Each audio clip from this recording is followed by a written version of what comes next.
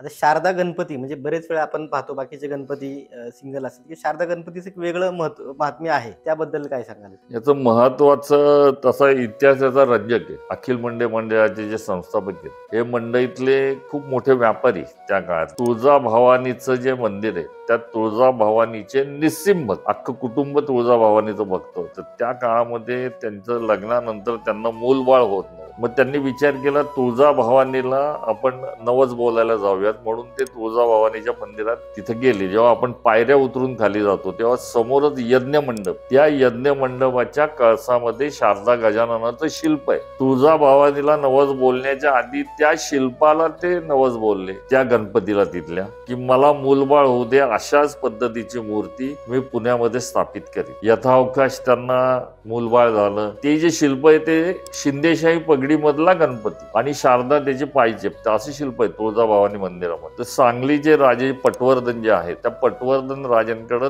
लेले नावाचे एक आर्टिस्ट होते. तर त्यांना पटवर्धन राजांना आमच्या डोंगरे पैलवानांनी विनंती केली की तुमच्या लेले कलाकारांकडनं मला मूर्ती बनवून पाहिजे. आणि लेलेंनी पटवर्धन राजांच्या मार्गदर्शनाखाली ही मूर्ती बनवली. उजव्या सोंडेची भारतातली एकमेव मूर्ती आहे. शारदेसह गणपती असते. बाकी अनेक गणपती आहेत पण ते सिंगल आहेत. शारदेसह गणपती असलेली ही भारतातली एकमेव मूर्ती.